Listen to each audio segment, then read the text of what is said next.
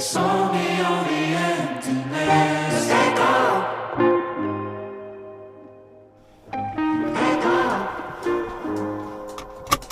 Yeah. Yep. Guys, welcome to the channel. It's Sibo and I appreciate that you're here with me tonight. There you go. That's the camera for the Toyota Corolla Cross. Do I like it? I don't have to like it. It's functional.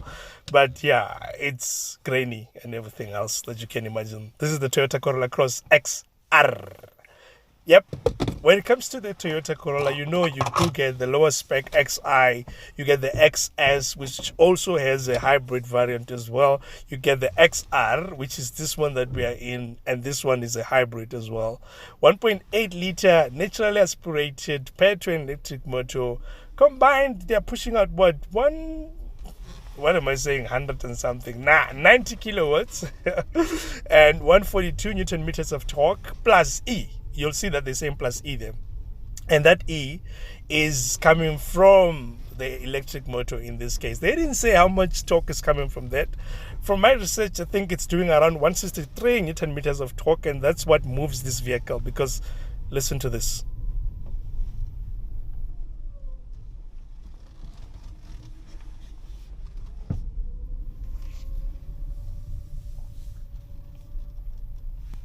Alright, so I've just proven that this is a hybrid. It was running on electric motor. Let's put it on power, which is like sport, whatever you want to call it. But now it's running on the engine. And I want you to listen to the engine.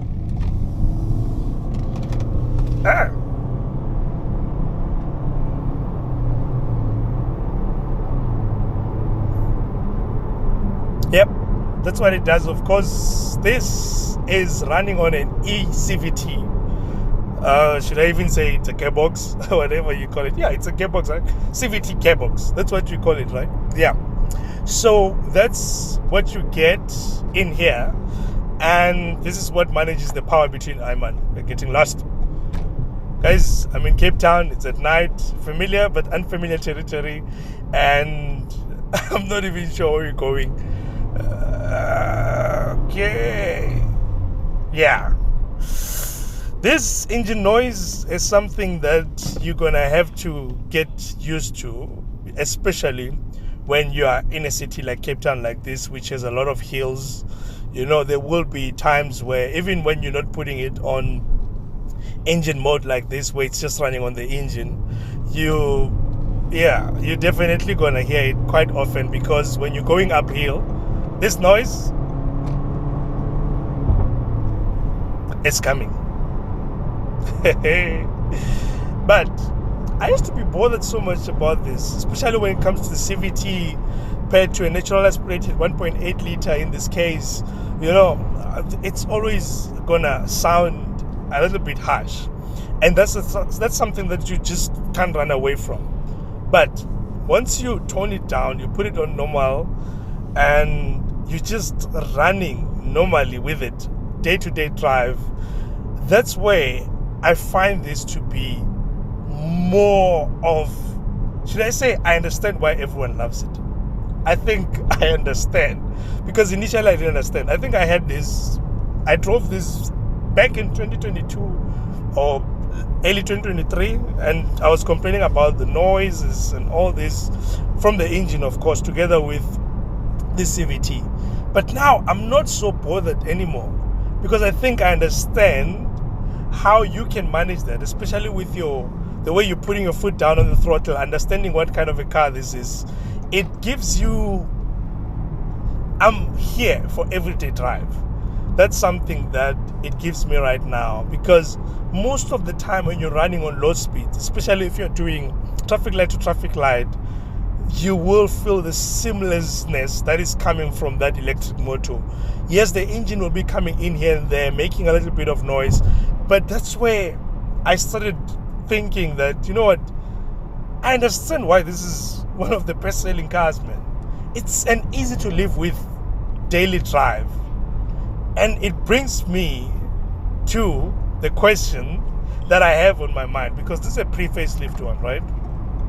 So in a pre-facelift one, when the facelift comes, everyone gravitates towards the facelift. But when I look at the prices overall right now, if you have to get this XR, the facelift one, you're gonna pay around 545,000 rands. But if you had to get this one is done just over 14,000 kilometers. So we're talking a fairly new car in the used car market. And the used car market is a little bit interesting, because where people are speccing new cars and everything else, you wait for them to do that. Then after 10,000, 15,000, I don't know why would someone sell a car that early, but they do, right? That's where people who buy in the second-hand market would start benefiting. Because in the market, when it comes to this, right now, you can get an XR like this one for 390,000 rands, having done just below 20,000 kilometers.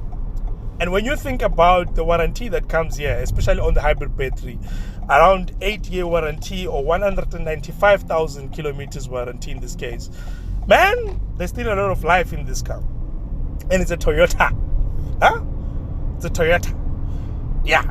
Guys, this is a night review, I know, but I'm going to say in the title as well that we're talking about why should you buy the facelift when you have pre-facelift in the market, especially with the quality that comes with this vehicle. That's something that I just want to talk about. Besides the fact that we're driving in Cape Town, of course, you'll be seeing a little bit of Cape Town here and there. I'm undecided in terms of where we are going. I want to get to the garage at some point, but there's a garage here in town that bothers me. It's too tight because I want to leave the car, go into the shop and so on. So probably going to end at Camps Bay. We'll see. Let's just talk. I like a bit. Let's just talk. So, what was I saying, guys? I always say that I disturb myself when I'm talking sometimes. What was I saying? Okay, second hand. So used car market, guys. This is where it becomes interesting. And I thought the Corolla Cross will be a little bit more expensive, because when it comes to this, the demand is crazy. Especially because the new units, this thing sells like crazy. It's one of the top selling cars. I don't have the numbers with me right now, but it's one of the top selling cars in the country. So the laws of demand and supply, of course, they will apply. I've seen some of the XR hybrids on these platforms that are selling second-hand cars and so on, or rather showcasing where you can get them. Yeah. You will see that you can get one still for like 500,000 rands, having done just below 10,000 kilometers. I don't think I would buy a car for 500,000 rands used. If there's a brand new one that I can get for 545, which is a facelift and so on. But is it always better to get a facelift or a brand new car? I'm not sure. And here's why. Because I've seen some facelifts that are not necessarily better than, should I call them, the original versions of the vehicles. And I've seen some new cars that are not better than the previous models. And I can't forget the story between the seatless W204 and W205. At least in my world, that's something I can't forget. Make do with that comment what you can, but those who understand, they get me. And when it comes to this one as well, I looked at that face that now they integrated like the whole body color, whatever you call it, into the grill, and now the grill is no longer like your typical ice grill. It bothers me because it looks a little bit like, if they had said that it's electric, I would agree that, okay, fine, I see where you guys are going, but are they trying to tell us something about what's coming? Because to me, it's like the Omoda C5 and how it looks like. This newer one that they gave us now, at least it opened up the grill a little bit, but that body colored grill, yeah, nah, I don't think it's my vibe. I know that I normally say I don't really care about looks, but when they're too good, talk about them. When I feel like they lost it as well, I can also talk about them. And this is one instance where I feel like I might gravitate towards this one than the new one. And that's basically because when I think about the new one, oh guys, I'm at the V&A Waterfront right now.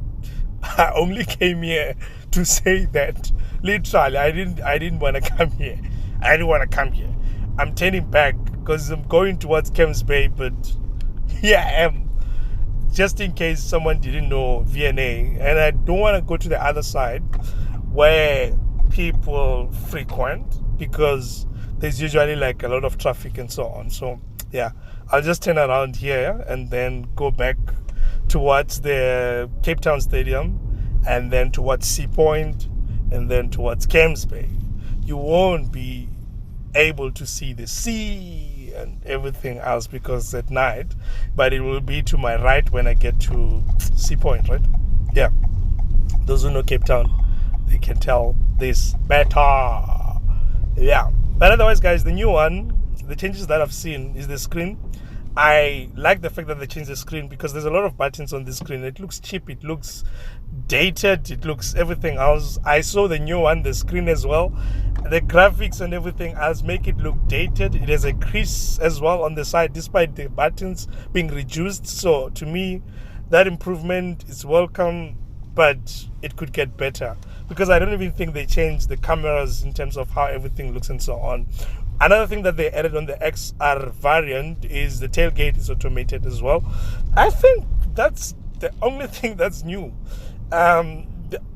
Should I say the only things that are new? The face, the screen, the tailgate. What else is new? I don't know what else is new. Probably the interior color as well. I'm not sure about that. But yeah, that's something that I've seen. I think the instrument cluster as well, they've changed it. But I don't think many people would care about a lot of these changes, man. This car, people just love it for what it is. And maybe it's time for me to talk about night stuff because this is like, we're driving at night. Ah, man, that's Aston Martin on our right. Yeah. There's money here. There's money. Let's go. Okay. Night stuff, guys. Look. You saw the interior lights. They are halogens, man. There's nothing to write home about. Outside, we have LEDs in front, and they have high beam assist. Doing a good job, by the way. I like how they illuminate. You can see clearly at night, and don't have complaints with that. I'm not in a dark night because we are in the city, of course, but I'm still satisfied with what I'm getting from them right now. There's a little bit of ambient lighting in the car as well. It's just subtle, like towards the door handles, and this, what do we call this thing? Is it an armrest by the door as well? Whatever you call this thing that you pull when you're closing the door. This one. And yeah, basically this blue on the buttons, I'm happy with it as well. In the rear, you would have seen that you do get two USB-Cs, and in front right here, there's a USB-A. Then that's what you're getting in here. Besides that, guys, this is a Corolla Cross. I can't focus a lot more on what it offers and so on because there's plenty of videos on this car. You can go check it out if you want to buy this car. I'm not necessarily going to talk about it as a vehicle to say this is what it offers. I just wanted to show you how it drives and what else? How it drives and basically how it drives at night. And we're in Cape Town. We can just drive around and see Cape Town together, right? As I'm going to the garage. And somehow I chose a far garage so that we can drive together. But I'm going to keep quiet at some point. Don't worry. I know some people don't like it when I talk forever. I promise you, I'll keep quiet so that you can hear it. And there by Camps Bay, that's where you're going to see what I was talking about when it comes to this engine, that if you don't like engine noises and sounds that make the car feel like it's working hard, then this car might not be for you. But what I know is that even with some of the Chinese, for example, because those are the competition, their 1.5 liter engine, which they love so much, the 4-cylinder, normally it's, when you're going uphill, you need to give it a little bit of a boost. Despite them having turbocharged engines, they will still be making noise. So you need to think about that at the end of the day. Build quality in this thing, man, is something that it's probably one of the biggest selling points, because despite this car looking like it's coming from, I don't know, early 2000s, with this screen, it's still selling. And that's because I'm thinking right now that I don't know who's exactly buying this car, but it's selling. And I'm genuinely honest about this, because I stay normally in youthful areas and so on, and where I am, I hardly see it at the parking lots and so on, but on the road I see a lot of them. So I'm thinking that people that are buying this car are normally like those ones that are, you know what, they have trust issues when it comes to these new cars. Too much tech, all these things that is happening, because with Toyota, you know, this hybrid is tried and tested, man, since the Prius days and all those things. Is it Prius, no? Toyota Prius? Yeah, I think it's a Prius.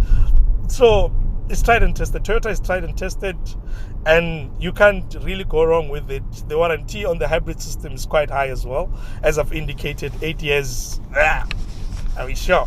Yeah, as I've indicated, 8 years.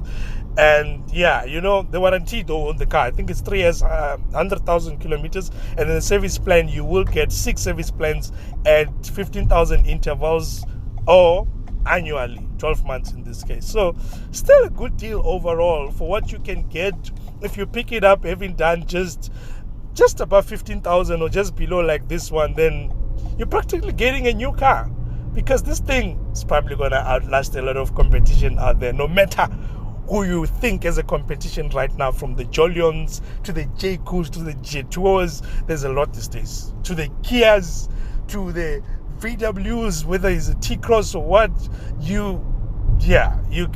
When it comes to how long this thing can last, I believe this can outlast a lot of them. But when it comes to performance and everything else, which I think Toyota Corolla Cross buyers might not really care much about that.